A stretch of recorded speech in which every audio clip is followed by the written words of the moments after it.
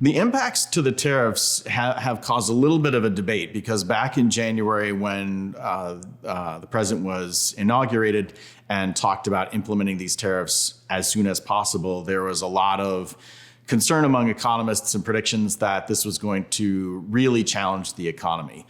It hasn't really happened yet, although we're seeing some of those indications with the jobs numbers and with inflation starting to creep back up. It's even harder for small businesses to manage uncertainties and changes to their business operations. Larger businesses have a little bit more opportunity to move things around or change when and how they do things, but small businesses don't.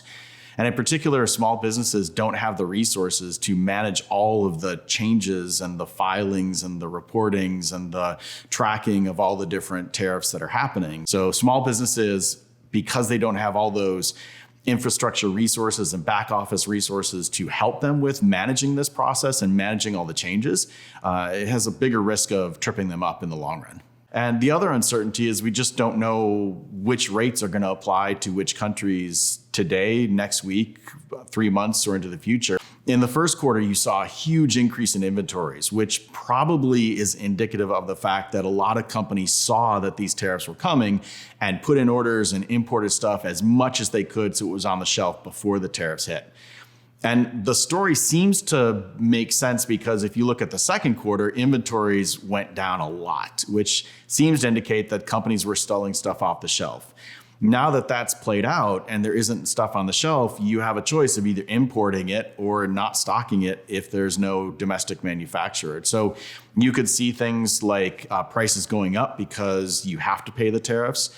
I think the fact that the trade deals with Japan and the EU and some of the other countries that have been put in place have what seem like small tariffs, only 15%, but at the end of 2024, the tariff rate for everything imported into the United States on average was 2.4%.